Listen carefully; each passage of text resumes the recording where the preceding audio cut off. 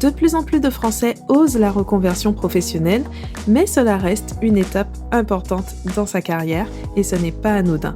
Alors comment préparer au mieux sa reconversion professionnelle? Est-ce que l'entrepreneuriat est la bonne solution? Quelles sont les questions à se poser avant de se lancer? Quelles sont les aides disponibles aussi pour accompagner dans ce cheminement? Ce sont toutes les questions auxquelles on va essayer de répondre dans cet épisode de podcast. Pour cela, je reçois Gaëlle Ancarno, cofondatrice de Quête de Sens Pro, dont c'est la spécialité justement d'accompagner dans cette recherche de sens, dans le parcours, la carrière professionnelle. Elle répondra à nos questions en tant qu'experte et reviendra également sur son propre parcours de reconversion. Bienvenue donc sur le podcast J'aime la paperasse et bonne écoute. Merci Gaëlle de participer à cette interview. Merci à toi pour ton invitation. Je suis ravie de partager aujourd'hui plein de conseils pour les personnes qui hésitent encore à se lancer dans leur reconversion professionnelle. Et donc, pour te présenter rapidement, Gaëlle, tu as créé Quête de Sens Pro, qui se consacre justement à accompagner les personnes dans leur carrière professionnelle. C'est ça, oui. Ça fait 17 ans que tu fais de l'accompagnement, mais Quête de Sens Pro, c'est plus récent. Oui, c'est ça. Je me suis lancée en 2020, donc voilà, j'entame ma 4e année déjà. Et donc, avec toi, on pourra aborder la question de la reconversion professionnelle sous différents angles, puisque tu as ta posture donc de coach avec les coachings, les formations que tu proposes avec Quête de Sens Pro, et également toi-même ta propre reconversion. Donc, ça sera intéressant d'avoir également ton propre parcours. Alors Gaëlle, selon ton expérience, quels sont les déclencheurs les plus courants d'une reconversion professionnelle? Alors maintenant que ça fait 4 ans que je me suis spécialisée sur le volet de la reconversion professionnelle, j'ai remarqué qu'il y avait un sujet assez commun parmi toutes les personnes que j'accompagne, c'est que déjà, il faut savoir que, en tout cas pour ma part, quand ils me contactent, ça fait déjà très longtemps, parfois 1 année, voire 2 ans, qu'ils sont en questionnement sur leur avenir professionnel et qui se posent la question de vers quoi je peux aller. J'ai beaucoup de personnes qui sont dans leur domaine d'activité depuis plus de 5 ans, entre 5 à 15 ans sur leur même poste et du coup, ils n'ont plus d'idées sur quoi se reconvertir, vers quoi se tourner. Même en termes de capacité professionnelle, ils ont un peu le sentiment d'être voués, si je puis dire, à uniquement le poste qu'ils occupent. Donc, c'est vrai que quand ils me contactent, j'ai différents sujets. Soit c'est des personnes qui se posent vraiment la question de est-ce que je peux faire quelque chose d'autre que le métier que j'occupe depuis un certain nombre de temps? Ou parfois, j'en ai qui sont à un point de non-retour, qui ont eu un événement majeur assez soudain qui les font se poser des questions sur est-ce que j'ai toujours ma place dans ma société, dans mon équipe. Parfois, c'est lié à un changement de direction. Parfois, c'est même à des prises de décision vers lesquelles ils ne se reconnaissent plus. Et en fait, ça crée un peu cette friction, ce point de non-retour. Et quand ils me contactent, ils sont vraiment à une situation où là, ça y est, d'ici les 6 mois à venir, il faut que je parte, il faut que vous m'aidiez à trouver une solution. C'est intéressant parce que ça veut dire qu'on a vraiment des profils complètement différents, des parcours complètement différents, avec pour certains quelque chose de très progressif et pour d'autres ça va être assez soudain du coup. C'est ça. En fait, j'aime bien dire que j'ai le sentiment qu'il y a une espèce de schéma qui se répète pour eux. Et si tu veux, en tout cas pour la deuxième partie des profils que je viens de te présenter, c'est que j'ai le sentiment que ça a tapé de plus en plus fort jusqu'à ce point vraiment de non-retour. Cette friction où là, ils se disent, ça y est, stop, ça suffit, ça touche mes valeurs. Là, il est temps que je parte parce que je prends sur moi depuis un certain nombre de temps. Et en fait, là, ça me cause plus de tort qu'autre chose. Ça me cause des maux, tu vois, MAUX. Et en fait, j'y arrive plus. Je me lève plus avec le même entrain. J'y vais à reculons. Il y en a qui me parlent de maux de ventre, d'insomnie, parfois même de malaise. Enfin, voilà. On arrive quand même à des situations parfois qui sont presque à l'extrême. Enfin, il n'y a pas de jugement quand je dis ça, mais c'est vraiment, leur corps leur envoie un signal très fort. Et c'est vrai que quand ils me contactent, c'est là, aidez-moi, il faut que je parte maintenant, en fait. Bah, en plus, ça, on peut le mettre à la lumière du burn-out dont on entend de plus en plus parler. On sait que c'est un risque très présent aujourd'hui. Et quand il y a les messages du corps, c'est qu'on est forcément déjà arrivé à une situation difficile.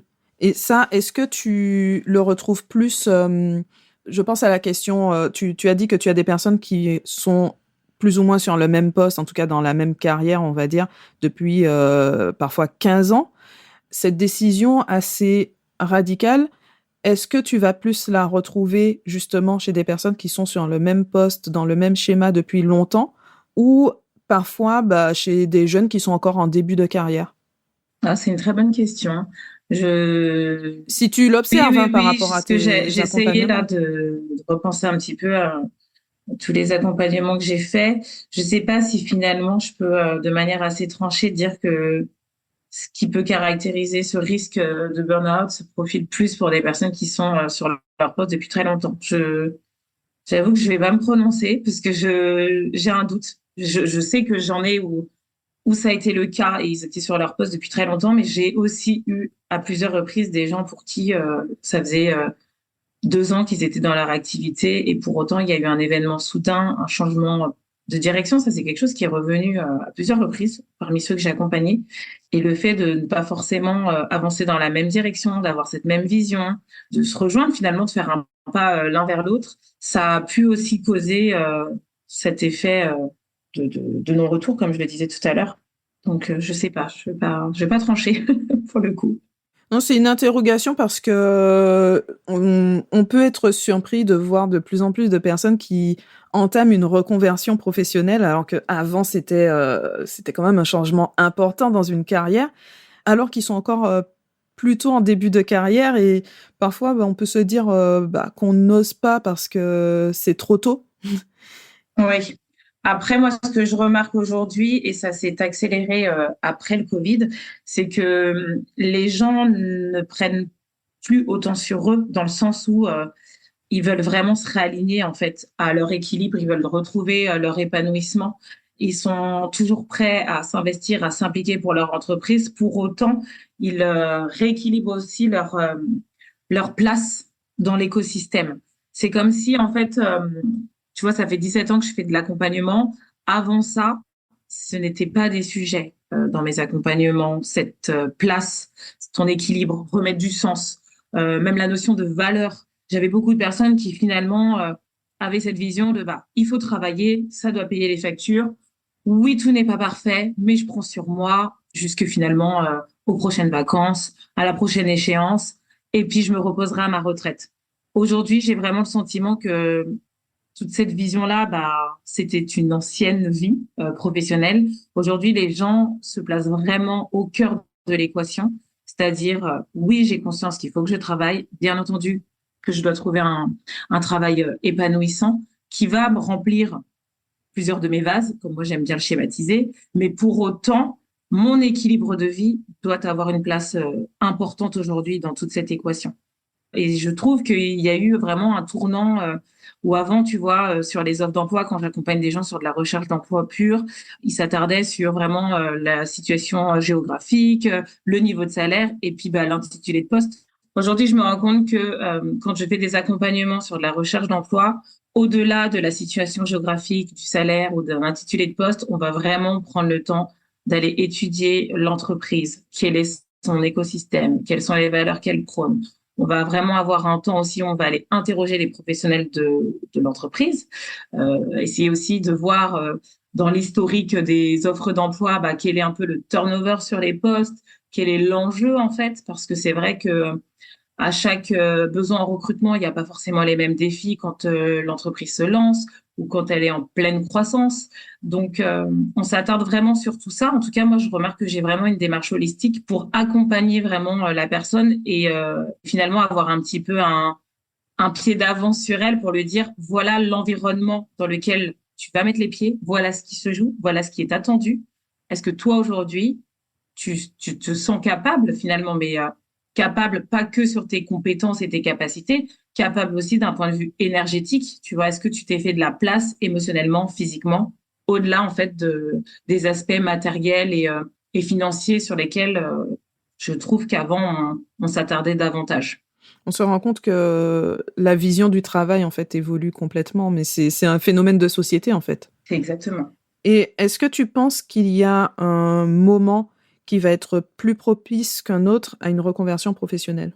Avec le recul, aujourd'hui, je dirais que oui. Et je suis très affirmée sur mon oui parce que je me suis rendu compte, tu vois, en 17 ans d'accompagnement, comme tu le dis à juste titre, le marché du travail évolue, les besoins et les attentes évoluent. Et quand je parle de faire cette place dans ton écosystème et de te mettre au cœur de l'équation, eh ben, j'ai remarqué que justement, faire cette place, c'était un point crucial dans la reconversion professionnelle. Et avant même de se lancer dans une reconversion, moi, je mets vraiment un point d'honneur, et pour toutes les personnes qui nous écouteront aujourd'hui, que demandez-vous s'il y a de la place aujourd'hui pour accueillir un nouveau projet dans votre vie. Il y a des moments qui sont plus propices à d'autres, parce que parfois, il y a des choses, des enjeux qui se jouent pour vous et vous n'avez pas forcément l'espace nécessaire et disponible pour vous lancer dans une reconversion. J'aime bien prendre l'exemple, Stéphanie, tu sais, comme si demain, tu as envie de changer la chambre de ton enfant. Il veut passer à un lit superposé, plus grand, qui va prendre beaucoup de place, tu vois, dans la chambre. Bah, naturellement, tu vas aller acheter un nouveau lit et quand tu vas arriver dans cette nouvelle chambre, bah, il va falloir que tu te fasses de la place pour monter ce nouveau lit. Donc, ça veut dire que déjà, dans un premier temps, il va falloir démonter le lit actuel, le retirer de l'espace, évaluer du coup de quelle manière tu vas imbriquer maintenant ce nouveau lit, parce que peut-être qu'il n'occupe pas le même espace que celui que tu avais jusqu'à maintenant. Et en fait, c'est cette manière-là, tu vois, schématiser, de dire, avant de se lancer dans une reconversion, ça ne se limite pas qu'à, bon, bah, comment je fais pour démissionner, comment je fais pour dire à mon employeur que je veux partir, et ça y est, je veux me lancer dans un projet de formation ou un projet de création d'entreprise ou d'emploi. C'est vraiment de se dire, OK, il faut que je me fasse de la place parce que ça va me demander un investissement en temps, financier, en énergie. Ça va peut-être redistribuer aussi la routine familiale, ou en tout cas de mon foyer, mes habitudes. Donc, c'est très important de se faire de la place avant tout projet de vie même, tu vois, au-delà même de l'aspect professionnel. Je pense que c'est nécessaire de se poser les bonnes questions avant d'entreprendre un changement dans sa vie. Et est-ce que on n'a pas le risque justement de se dire bah, qu'on n'a pas la place, qu'il y a bah, les facteurs d'âge, de situation familiale, etc. Et de toujours se dire ce n'est pas le moment. Est-ce que ça peut bah, du coup représenter un obstacle et qu'on devrait peut-être franchir? Pas complètement, ça fait une grosse résonance avec mon parcours professionnel parce que j'ai mis 10 ans en fait avant d'oser me lancer parce que justement je me disais qu'il n'y avait pas la place et je me racontais l'histoire que bah, les enfants étaient petits, ce serait plus facile quand ils seraient plus grands ou bah, j'ai un crédit immobilier donc peut-être que ce sera plus facile quand j'aurai terminé de payer ma maison. Mais finalement avec le recul je me dis que c'est une histoire que je me racontais parce que pour moi, il y a un problème de posture à le voir sous cet angle-là. Parce qu'en fait, se demander si c'est le bon moment et avoir une réponse un peu binaire de oui ou de non, ça ne va pas te faire avancer vers ton objectif. Si vraiment tu as à cœur d'entreprendre un projet dans ta vie, ce n'est pas de se dire est-ce que c'est le bon moment, c'est plutôt de se dire qu'est-ce qui aujourd'hui m'empêche d'atteindre mon objectif, de quelle manière je peux me faire de la place, qu'est-ce qui va me manquer, quelles sont les ressources qui sont déjà à ma disposition pour entreprendre ce changement-là. Et de cette manière-là, je trouve que la posture, elle est plus saine, elle est plus aidante parce que tu vas pouvoir poser vraiment les jalons et te dire, OK, j'ai ça qui me permet d'y aller. En revanche, j'ai identifié qu'il y a tel obstacle aujourd'hui, tel frein. Maintenant, comment je peux faire pour débloquer cette situation? Et là, dans ce cas-là, je trouve que voilà, l'idée de se faire de la place, c'est intéressant parce que tu peux rapidement aller identifier ce qui se joue pour toi et ce qui te permet vraiment de pouvoir surmonter cet obstacle. Est-ce qu'on peut dire que à ce moment-là, ce qui va compter, c'est vraiment la posture de ne pas subir, mais d'être acteur de son projet? Oui, complètement. Je trouve que ça aide finalement de se responsabiliser dans cette équation parce qu'on a tendance, et je me mets dedans parce que j'ai longtemps eu cette posture-là, d'identifier des facteurs qui étaient extérieurs en fait. Et je me mettais pas dans l'équation, donc je prenais pas non plus ma part de responsabilité là-dedans. J'ai mis 10 ans avant d'oser me lancer dans l'entrepreneuriat parce que je me racontais en tout cas l'histoire que tout ce qui pouvait venir débloquer la situation venait de ressources extérieures, en fait. Oui, mais moi, je connais personne qui est entrepreneur, ou de toute façon, il faut beaucoup d'argent pour se lancer. Enfin, c'était toujours des choses qui étaient externes, mais jamais je me positionnais en me disant, d'accord, mais moi, qu'est-ce que je peux faire en fait pour changer la donne?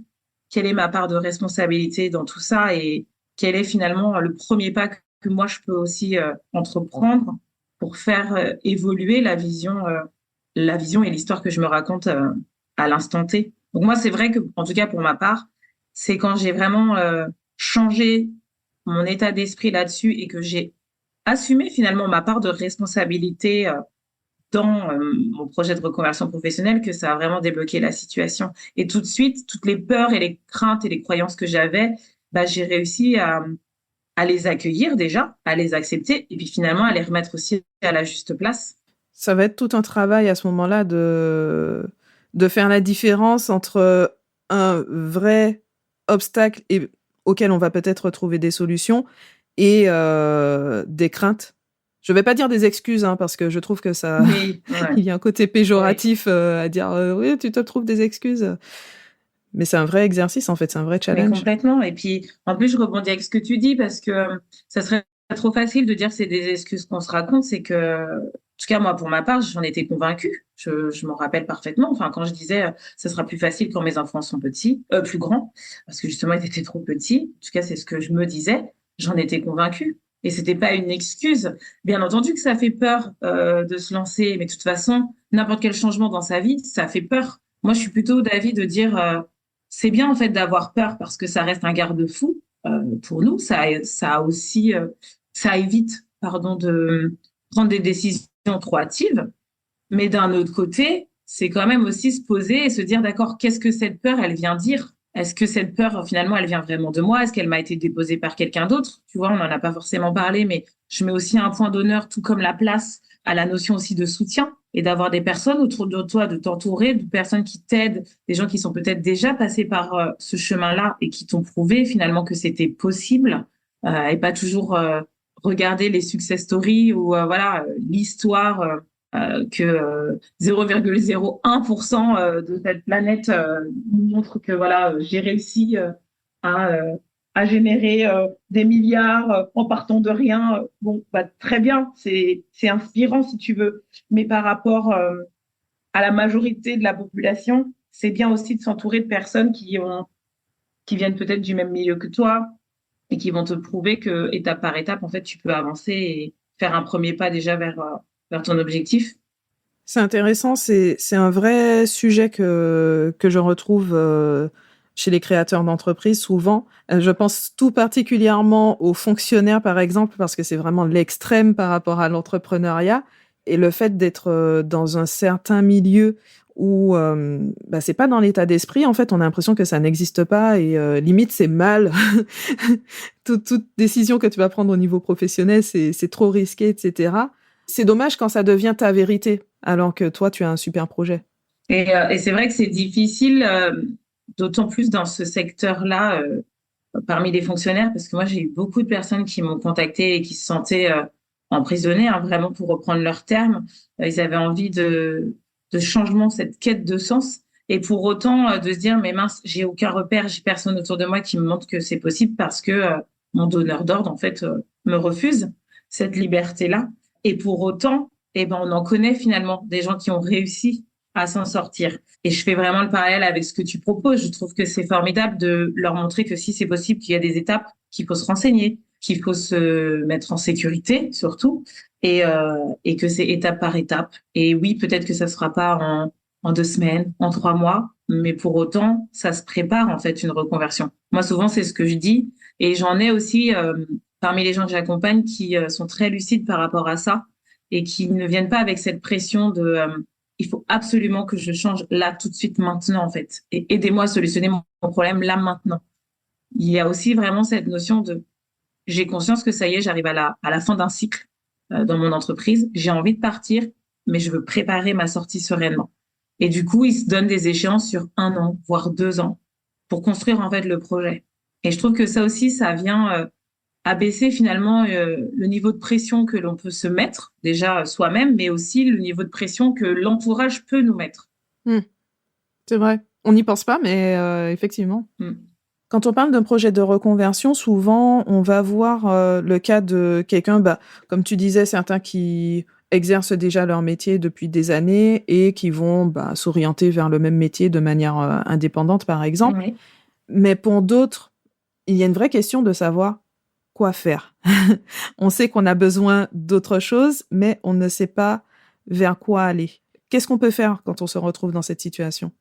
Alors, déjà, ce que j'aime bien dire en premier lieu, c'est d'aller s'interroger sur la question en fait qui rumine là depuis un certain nombre de temps et quand on est en train de se dire, mais est-ce que finalement je me vois encore rester là 10 ans? Qu'est-ce que je pourrais faire d'autre? C'est déjà aussi d'aller identifier qui est-ce qui a fait qu'on se retrouve dans cette sensation-là actuellement. Est-ce qu'il y a eu un événement soudain? Moi, j'aime bien remonter sur les 6 derniers mois, par exemple. Est-ce qu'il y a eu un changement majeur qui a fait que là, aujourd'hui, on s'interroge de plus en plus?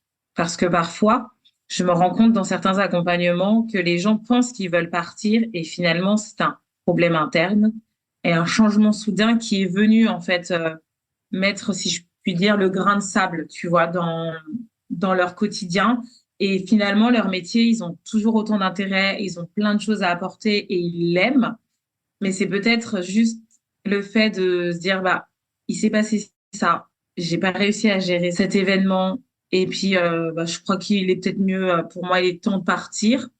Et ben moi, j'aime bien, en fait, lors de mes entretiens avec eux de découverte, vraiment m'assurer que s'ils partent, c'est pour les bonnes raisons.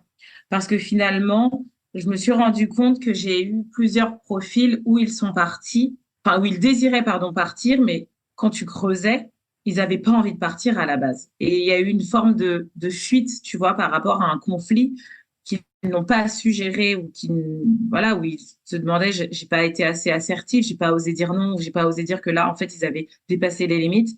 Et du coup, je sais pas si c'est par facilité, parce que je peux pas parler en leur nom, mais en tout cas, on remarque que naturellement, ils se disent, bon, là, ça ne va plus, donc je m'en vais. Donc, c'est là aussi toute la subtilité, je trouve, des projets de reconversion. En tout cas, moi, j'aime bien m'assurer de la motivation qui t'amène à vouloir partir. Et en fait, moi, je me suis rendu compte que j'ai plein de personnes à qui je leur ai mis en lumière que finalement, ils avaient tout encore un intérêt à y rester et que là, peut-être que l'épreuve de leur vie professionnelle, elle était plus de savoir gérer un conflit, savoir être plus assertif, comment dire non, comment dire stop, comment revenir sur quelque chose qui nous a fâchés, même si ça s'est passé il y a plusieurs semaines. En fait, c'est aussi cette manière-là de reprendre la main sur sa carrière, tu vois. Quand je parle de reprendre le contrôle de sa vie, c'est aussi ça, en fait, savoir dire stop, reposer son cadre, définir ses propres limites. Et pour certains, ça a eu un effet déclencheur de se dire, ah ben en fait, tout compte fait, non, je n'ai pas envie de changer. Je suis bien là où je suis. C'est cet événement-là qui m'a fait douter. Et d'un autre côté, tu vas avoir des profils de personnes qui, effectivement, eux, ils vont te dire, non, en fait, là, ça y est, je sens que je m'épanouis plus, je n'ai plus d'intérêt, je suis dans ma zone de confort, je viens tous les matins, c'est ma routine, mais pour autant, j'ai besoin de plus, j'ai besoin d'être challengé, j'ai besoin intellectuellement aussi d'avancer. Et là, clairement, eux, ils vont me le verbaliser différemment et je vais comprendre du coup qu'il y a un vrai projet de reconversion derrière. Je trouve ça mais hyper intéressant parce que on peut se retrouver tellement coincé dans une situation qu'on a l'impression que la seule issue c'est partir. Et alors que en creusant tu arrives à faire ressortir d'autres solutions en fait.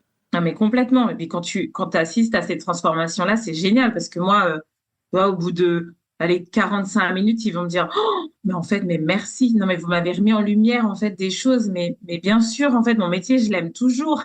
Et je trouve ça, tu vois, autant chouette parce que c'est une vraie transformation aussi professionnelle d'avoir ce déclic et de prendre conscience que finalement, ce qui se joue, c'est pas d'aller faire ton introspection, de t'engager dans un bilan de compétences, c'est plutôt de se dire, OK, si je dois investir aujourd'hui sur moi pour faire un pas vers une posture idéale ou voilà la nouvelle Gaëlle que je voudrais être professionnellement, en fait, il va falloir que j'investisse sur ma capacité à être plus assertive, ma capacité à prendre davantage confiance en moi, aller m'interroger aussi sur mon niveau d'estime. Qu'est-ce qui a fait qu'aujourd'hui, je n'ose pas dire non ou je n'ose plus dire stop.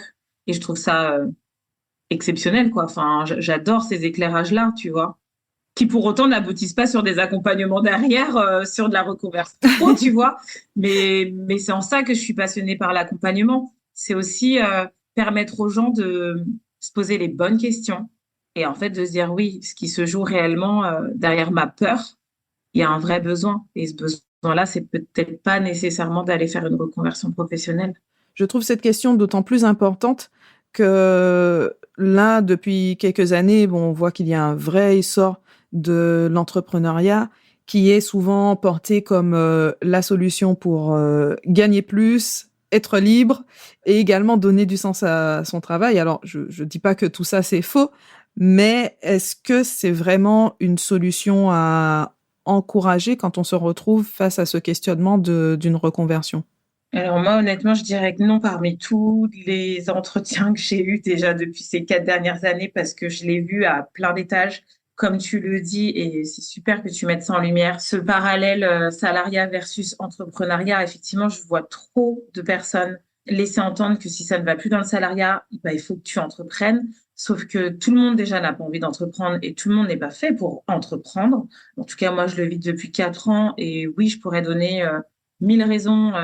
De dire que ça peut être chouette d'aller entreprendre, mais je pourrais aussi trouver mille et une autres raisons pour te dire que, attention, c'est pas non plus le monde des bisounours. Tout le monde n'a pas forcément envie ou est forcément si capé pour gérer son stress, de gérer aussi l'incertitude financière. En tout cas, dans le monde du coaching, on sait quand même que notre plus grande douleur, c'est aussi de trouver des clients. Donc ça, c'est une vérité, tu vois, et moi, je la défends. Je mets jamais de paillettes, en tout cas dans les yeux de ceux que j'accompagne et qui veulent se lancer dans le coaching.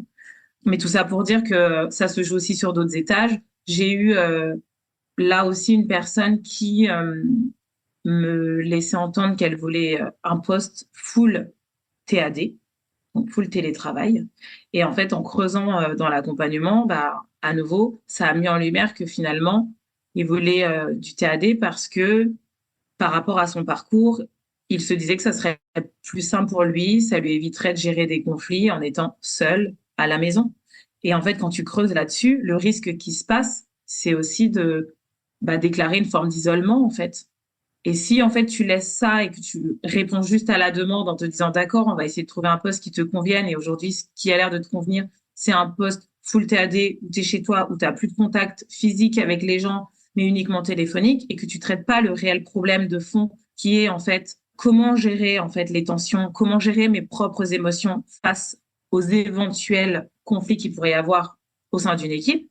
Bah, le problème, c'est que tu n'accompagnes pas pour moi la personne dans la bonne direction parce qu'en fait, tu nourris aussi finalement sa peur et sa croyance de se dire que la vie serait plus simple professionnellement si chacun on travaillait de manière isolée, indépendamment chez soi. Surtout que c'est une vraie question, hein. Chez les freelances, par exemple, beaucoup travaillent seuls chez eux. Mm.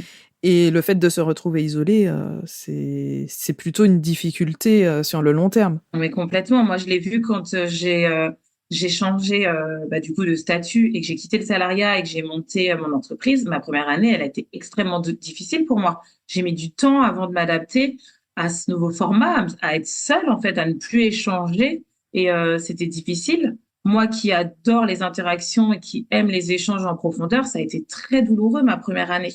Pour autant, c'était une nouvelle vie que j'avais choisie, que j'assumais et il n'était pas question pour moi de retourner sur du salariat, mais clairement, j'ai dû prendre à bras le corps ce sujet-là pour me dire, OK, de quelle manière là, je peux aussi trouver un moyen, moi, de favoriser des interactions, des échanges, d'avoir des contacts réguliers avec d'autres entrepreneurs, du coup, parce que finalement, on n'est pas préparé non plus à ça.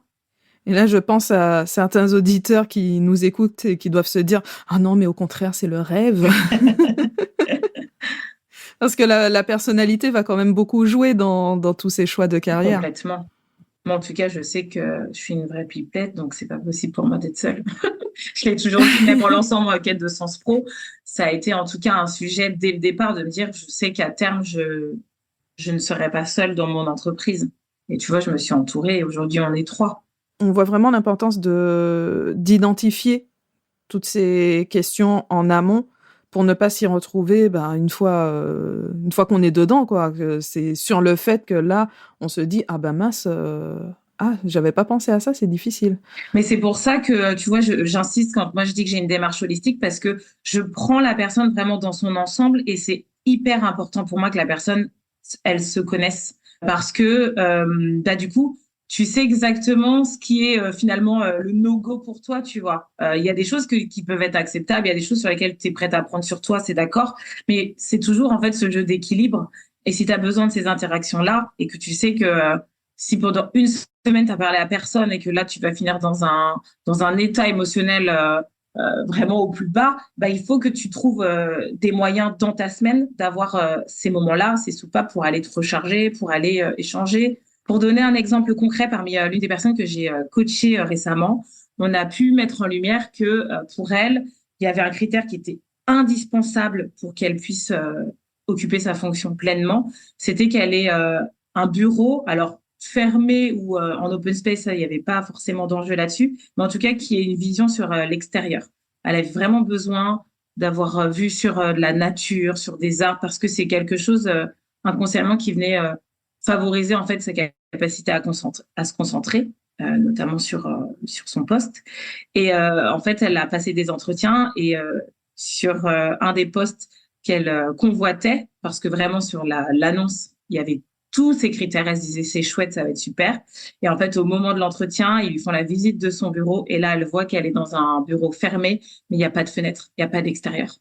Et en fait, là, c'est l'hécatombe pour elle parce que dans son processus de recrutement, elle ne l'a appris que sur la fin, en fait. Tu vois, elle était en shortlist et clairement, on lui a fait comprendre que c'est elle qui avait le poste. Et là, ça a été difficile pour elle parce que bah, elle s'est sentie un petit peu trahie, alors que finalement, c'est pas quelque chose sur lequel elle l'avait vraiment mentionné pendant le processus de recrutement, tu vois, en se disant, bah, de toute façon, voilà, ça sera comme ça. Elle l'avait projeté et visualisé. Et là, ça a été la grosse douche froide de se dire, mince, le poste en question répond à tous mes critères sur le papier, mais là, tous les jours au quotidien, venir dans cet environnement-là, je sais que en fait, ça sera en dissonance avec ma personnalité, mes besoins, et que ça va forcément avoir des conséquences sur ma fonction et sur mes objectifs, en tout cas sur les attentes de l'entreprise.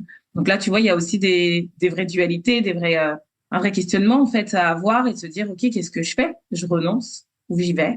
Et qu'est-ce que je peux faire à mon niveau et comment je peux échanger et si finalement ça ne va pas dans mon sens, bah, est-ce que je suis OK de renoncer au poste? Donc, tu vois, c'est en ça que c'est intéressant. J'aime bien dire que ça paraît toujours très facile et très simple de se dire, il suffit de, ou tu vois, l'entourage va dire, bah, moi, je serais toi à ta place, j'accepterais. Oui, mais en fait, c'est là toute la complexité, en fait, de l'humain, c'est que, bah, déjà, on n'est pas à la place de l'autre et parce que, bah, nos attentes ne sont pas les mêmes que ceux du voisin.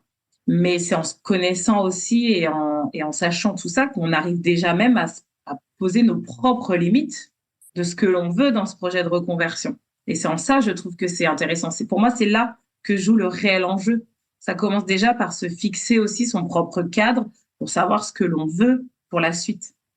Et là-dessus, je trouve vraiment cet exemple très parlant parce que d'autres personnes auraient trouvé ça complètement futile en fait Exactement. comme critère. Diraient mais non, mais tu peux pas laisser une opportunité pareille pour une fenêtre avec une vue. Clairement.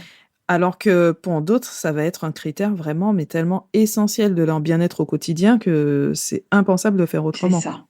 Et du coup, c'est ça qui est intéressant parce que tu peux aller interroger du coup bah, tes clients sur tous les sujets qui sont entre guillemets sur une simple feuille A4 qui correspond à une annonce d'emploi. Et moi, j'adore me plonger avec eux et dire attends, on y va vraiment. Là, on va se projeter, on va visualiser. Et qu'est-ce que ça vient dire au fond de toi? Tu vois, c'est quoi les sensations, c'est quoi les émotions?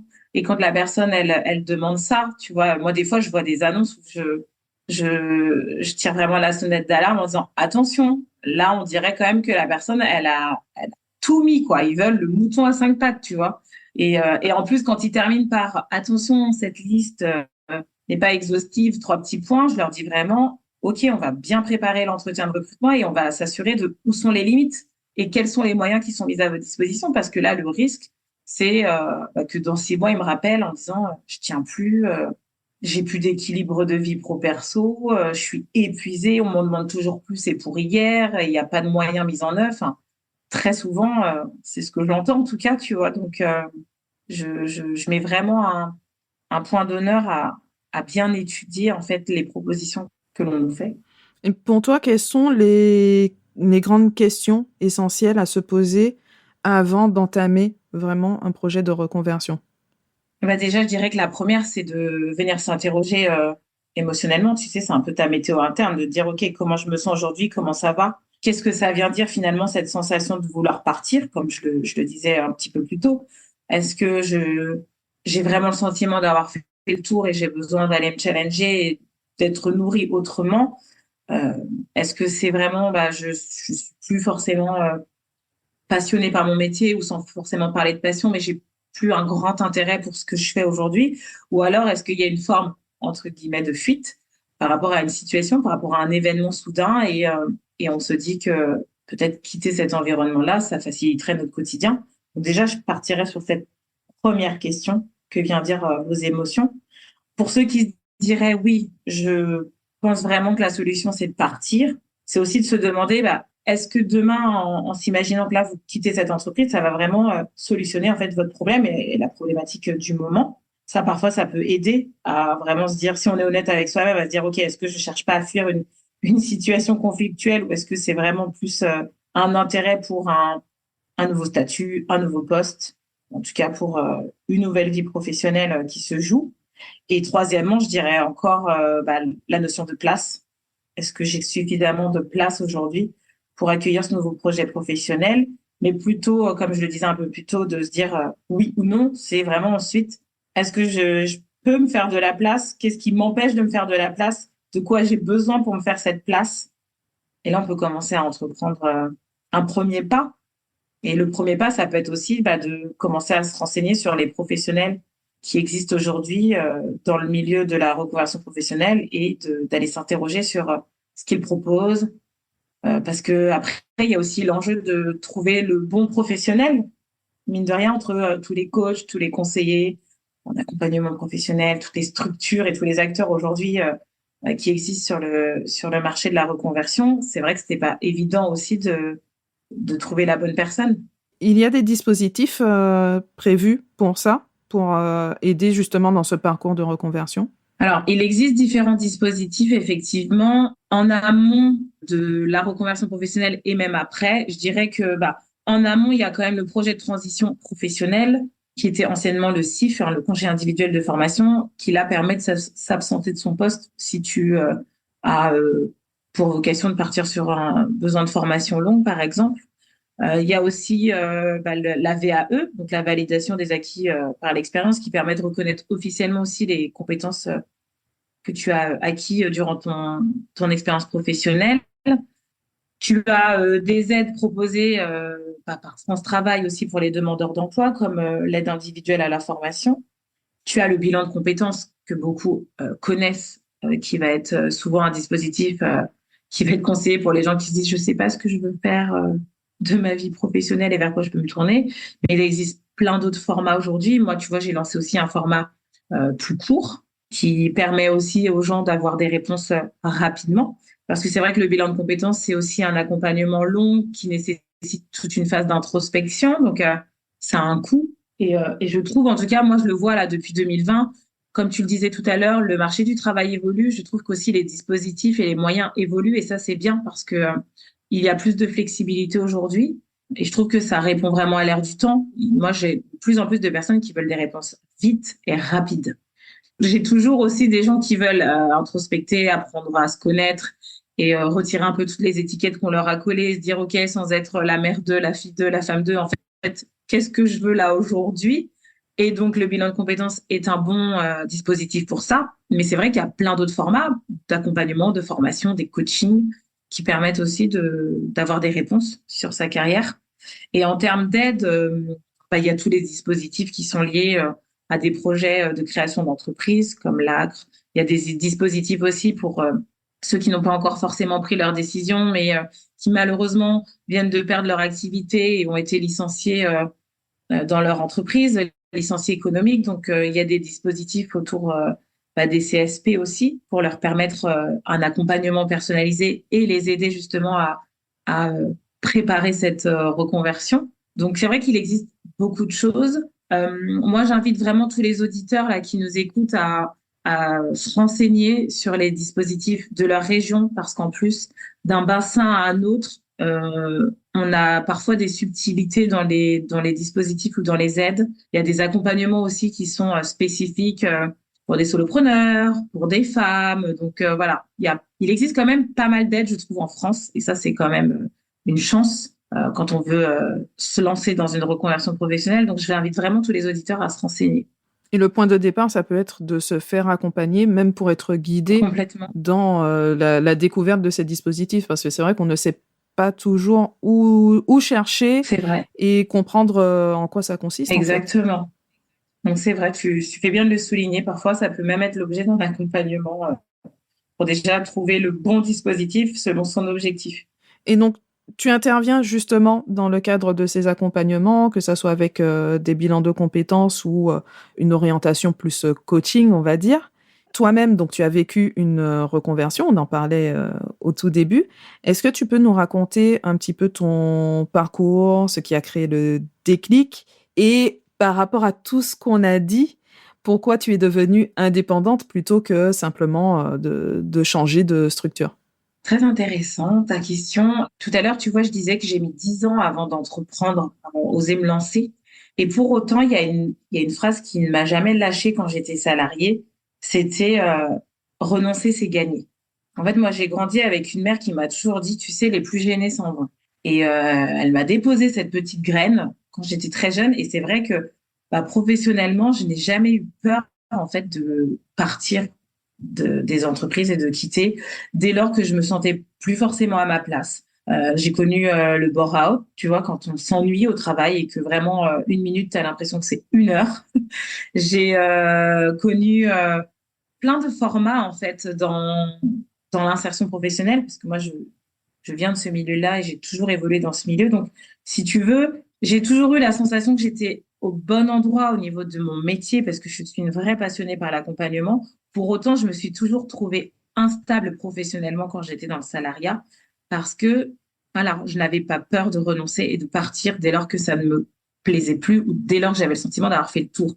Et moi, j'ai un cycle un peu professionnel et tu vois, autour de 2 ans et demi, 3 ans, très souvent, ça va être là où je vais commencer à m'interroger et à me dire, bon, est-ce que j'ai le sentiment d'avoir fait le tour ou qu'est-ce que je peux initier dans mon entreprise? Et si j'avais l'impression que je pouvais rien faire ou que l'entreprise ne me rejoignait pas dans ma vision, parce que moi, à l'instant T, j'avais envie d'autre chose, bah, c'est vrai que je quittais les entreprises. Et en fait, ce sentiment d'instabilité professionnelle a été quand même une blessure pour moi, même si j'aimais mon métier, parce que j'avais toujours l'impression que j'avais un problème alors que les autres, je les entendais dire, moi, ça fait 8 ans que je suis dans ma boîte, moi, ça fait 10 ans, moi, ça fait 17 ans.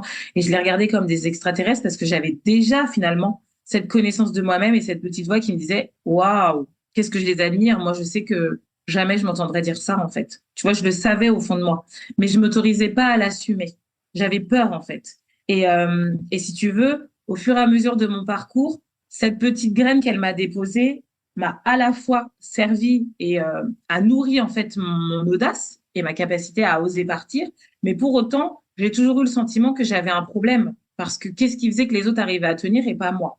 Bien entendu, maintenant avec le recul et 4 ans après, bah, je le sais, ou en tout cas c'est l'histoire que je raconte, c'est que je n'étais pas faite pour le salariat et vraiment aujourd'hui, mon moteur après 4 ans, donc là je peux le dire parce que j'ai passé le cycle des 2 ans et demi, 3 ans, je sais que je suis à la bonne place. Mais à l'époque, c'était difficile pour moi de me dire, mais j'adore mon métier, mais ça n'a pas de sens de partir encore une fois à la concurrence, en fait, parce que l'insertion professionnelle est un petit monde.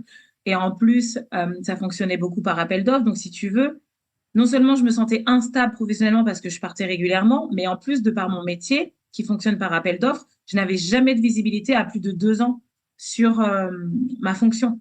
Donc, même si tu signais un CDI, tu savais qu'il y avait une épée Damoclès au-dessus de la tête parce que peut-être que dans 2 ans, le marché sur lequel tu étais eh ben, ne serait pas remporté par ton entreprise et du coup, on te remercierait et tu devrais encore chercher. Donc moi, c'est vrai que j'ai avancé pendant 13 ans comme ça, à ne pas me sentir finalement sereine professionnellement, malgré un CDI.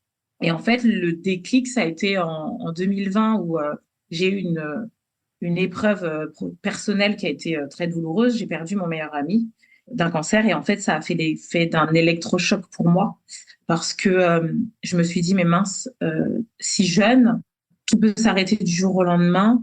moi, j'ai l'impression d'être en quête d'une réussite professionnelle et d'être cet hamster qui court dans cette roue sans avoir de sens parce que tu sais pas ce qui peut t'arriver dans 2 ans.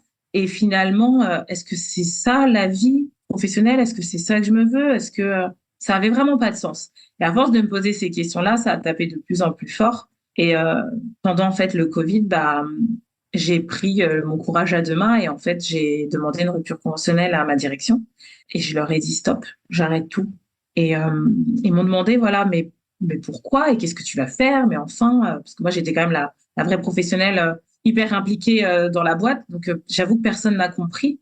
Mais moi, ça m'a fait l'effet d'un électrochoc de perdre mon meilleur ami parce que je me suis dit, mais en fait, je vais oser vivre ma vie de rêve, en fait, ma vie idéale. Mon plus grand regret, ça aurait été de jamais essayer d'entreprendre. Et en fait, ça fait 10 ans que je me raconte l'histoire que c'est jamais le bon moment. Donc, allons-y, allons voir, en fait, de plus près. Et c'est ce qui a fait que j'ai choisi de devenir indépendante et cette fois-ci de ne plus partir dans une autre entreprise et partir à la concurrence comme je le faisais depuis une dizaine d'années. Et par rapport à justement tous les obstacles que tu t'imaginais, tout ce qui pour toi faisait que bah, tu te disais bah non, c'est pas le moment, etc. Est-ce que avec le recul aujourd'hui, tu as l'impression d'avoir effectivement rencontré des obstacles particuliers dans le fait de devenir indépendante? Ah oui, alors en plus à plusieurs niveaux. Déjà, je commencerai par l'obstacle financier, parce que moi, c'était ma plus grande crainte, en fait, en me lançant, de me dire, voilà, est-ce que je vais pouvoir gérer la trésorerie? Est-ce que j'ai suffisamment de capital pour me lancer? Donc moi, c'est vrai que dans mes accompagnements aujourd'hui, j'insiste vraiment pour se constituer un fonds d'urgence, savoir réellement de combien on a besoin sur son projet, de connaître précisément toutes les charges et tous les engagements que l'on a financièrement avant de se lancer, parce que plus on est précis, plus ça évite d'être nourri par cette peur qui peut te freiner à te lancer. Donc, moi, en tout cas, n'ayant pas reçu forcément d'éducation financière là-dessus, oui, ça a été mon premier obstacle. Vraiment gérer la peur du, du manque, en fait, du manque, euh, du manque à gagner et du manque aussi à gérer correctement sa trésorerie. Après, le deuxième obstacle, ça a été d'un point de vue administratif, tu vois, juridique, parce que moi, je déteste la paperasse. Tu vois, je fais un clin d'œil à toi, mais c'est vrai que du coup, quand j'ai découvert ce que tu faisais, je me suis dit, waouh, mais c'est formidable, en fait. Quelqu'un qui nous aide sur la complexité de nos démarches administratives, mais c'est formidable. Parce que moi, en tout cas, à l'époque, j'ai vraiment grandi là-dessus. Mais il y a 4 ans en arrière, c'était un vrai point de douleur. Je me sentais pas suffisamment rigoureuse pour pouvoir gérer, en fait, toute cette charge administrative. C'est d'ailleurs pour ça qu'on m'avait orientée vers le statut de la micro-entreprise en me disant, tu verras, c'est simplifié, ça sera moins complexe, ça devrait te plaire. Mais pour autant, ça n'avait pas enlevé mes peurs, si tu veux. Donc, moi, ça a été aussi un obstacle dès le départ à gérer.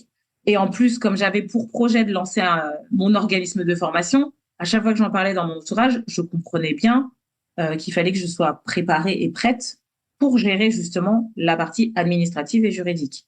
Et après, je dirais que les autres obstacles qui sont propres aux entrepreneurs, ils sont aussi après d'ordre personnel et émotionnel et psychologique parce que, comme je le disais, l'entrepreneuriat, c'est les montagnes russes. Donc, c'est aussi tout ce qui va être d'ordre émotionnel, la gestion de son stress, comment tu fais face aux incertitudes, comment tu fais face je sais pas, au dernier décret, au changement de loi. Et encore une fois, comment tu trouves aussi ton équilibre de vie dans tout cet écosystème. Donc, c'est pour ça que je reviens encore à cette notion de soutien et de se poser les bonnes questions et de se dire, voilà, j'ai identifié qu'il y a ces obstacles-là. Rien que d'y penser, ça me file de l'urticaire. Comment je peux faire pour être accompagnée et avancer quand même sereinement dans mon projet? Et tu penses qu'on peut être vraiment prêt sur ces questions? Je pense que c'est vraiment le vivant que tu apprends à évaluer ton niveau de stress face à ces obstacles.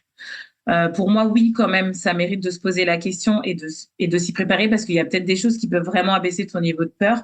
Après, moi, maintenant, avec 4 ans d'expérience, donc c'est pas non plus énorme, mais quand même avec 4 ans de recul, j'ai compris que aujourd'hui, face à des obstacles, je les vois plus comme des défis et je me rassure en me disant que finalement, je sais faire, je sais avoir démarche, je sais avoir la bonne posture, je sais me poser les bonnes questions. Et plutôt que de me nourrir de la peur et d'être paralysée, de ne pas avancer sur le sujet ou de fermer les yeux et de dire non, non, bah, je vois pas de quoi on parle et puis je continue en mettant des œillères, ça me permet finalement d'avoir une démarche plus entreprenante face à mes peurs en me disant, OK, là, il se joue ça pour moi, comment je peux faire, qui est déjà passé par là, comment je m'entoure. Moi, j'avoue que j'ai un mot d'ordre aujourd'hui, c'est je demande de l'aide. Tu vois, j'ai pas peur de dire que je ne sais pas ou que là, ce sujet-là, il me génère pas des bonnes émotions. Est-ce que toi, tu y as déjà été confronté? Est-ce que tu peux m'aider? Est-ce que tu as des tips, des conseils? Je trouve que ça aide énormément. Donc, oui, en quelque sorte, on peut être préparé, Au moins poser des bases. vraiment. Ça permet de solidifier vraiment les fondations. Et bien entendu que tu sais pas ce qui va arriver sur le chemin, mais en tout cas, oui, je suis prête à retrousser les manches et à y aller, en fait. Ça me fait moins peur. De toute façon, je pense que tous ceux qui se lancent dans l'entrepreneuriat diront la même chose. Ça fait grandir. On n'a pas le choix, on est confronté, on y va. Et je trouve finalement, je sais pas si toi, tu as déjà posé cette vision de cette manière-là, mais moi, je me dis qu'avec le temps, c'est OK, ça fait vraiment partie des étapes. Et c'est sur ce chemin-là qu'en fait, on grandit, on se construit. Et tu vois, la Gaëlle d'il y a 4 ans en arrière, qui avait des rêves plein la tête et qui s'imaginait avoir un organisme de formation avec tant de salariés, tant d'équipes, gérer tant de chiffres d'affaires et autres. En fait, c'est génial de se dire, bah non. En tout cas, moi, je n'étais pas capée pour déjà brasser des millions et déjà me structurer et avoir 50 personnes sous ma coupe. Bah non. En fait, ça fait partie du processus. Et je trouve que ce sont déjà les premiers défis, les premiers obstacles et de voir aussi comment tu les surmontes pour ensuite passer le second palier. Et moi, maintenant, je vois l'entrepreneuriat comme ça. Ce sont en fait des jalons qu'il faut passer étape par étape.